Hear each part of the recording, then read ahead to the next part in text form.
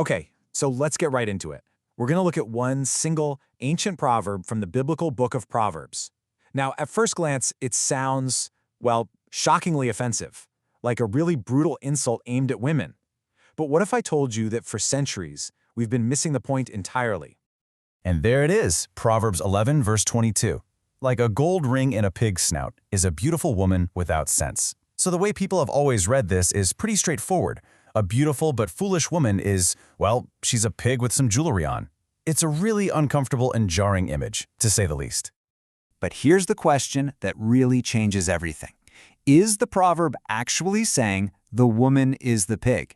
I mean, that's how everyone takes it. But as we're about to see, there is some pretty compelling evidence that that interpretation is just completely wrong. So, to really get why we think what we think, you kind of have to look back. For well over a century, the experts, the scholars, they've been pretty much on the same page about this, and that's created this really powerful tradition of how to read this verse.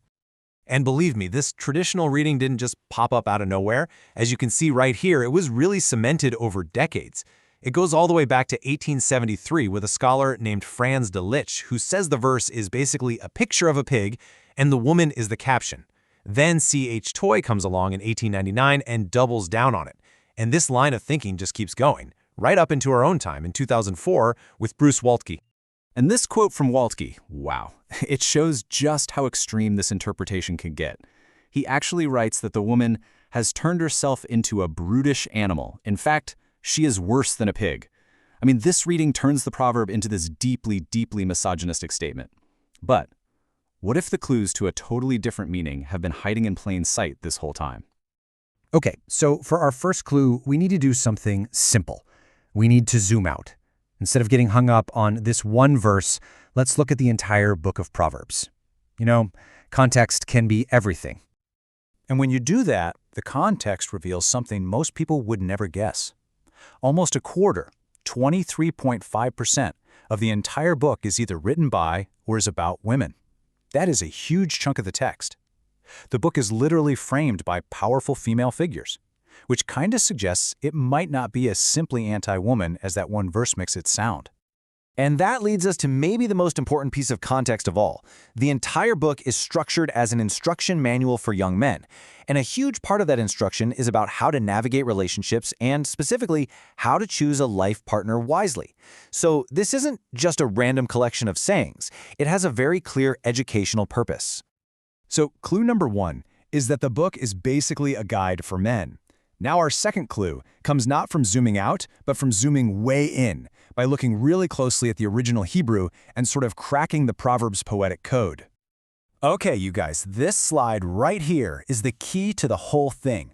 Ancient Hebrew poetry loves to work in parallels. Just look at the structure here. A gold ring in the first part is parallel to a beautiful woman in the second part, and the bad location in a pig's snout is parallel to the bad quality without discretion. Do you see it? The proverb isn't comparing the woman to the pig, it's comparing the woman to the gold ring. So, once we put our two clues together, the fact that the book is advice for men and the true poetic structure of the verse, the real target of the proverb just snaps into focus. And let me tell you, it was never, ever about insulting the woman. This brings us to the final, critical question. If the beautiful woman is the valuable but totally misplaced gold ring, this beautiful thing in a disgusting place, then who is the pig? And here it is. The answer that flips a centuries-old interpretation completely on its head.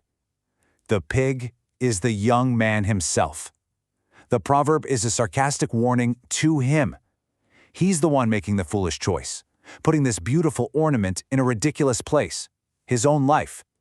All because he's only thinking about her looks. And the absolute genius of this proverb is the double meaning of that ring. See, a young man thinks he's getting a decorative gold nose ring, a status symbol to show off his beautiful wife. But because she doesn't have any sense, her behavior ends up embarrassing him, controlling him. So that fancy ornament symbolically transforms into the other kind of nose ring, a cheap utility ring you use to drag an unruly animal, the pig, around by its snout. He's the one getting led around. So this completely flips the script, doesn't it? What for centuries looked like a cruel, misogynistic insult is actually a piece of sharp, witty, and surprisingly practical advice aimed directly at men. So what's the real takeaway here? Well, the proverb isn't an insult at all. It's a warning to young men about how foolish it is to pick a partner just based on their looks. It champions character over beauty, and it teaches this timeless lesson about looking for substance, not just what's on the surface. This whole thing really shows the power of taking a closer look. Just by paying attention to context and to structure, an ancient text that seems really offensive can be revealed as something else entirely. Timeless, practical, and incredibly clever advice. Which kind of leaves us with one last thought. If a proverb that seems so simple and so obvious could be hiding such a radically different meaning for so long, what other obvious truths out there might be hiding a completely different story, just waiting for somebody to take a closer look?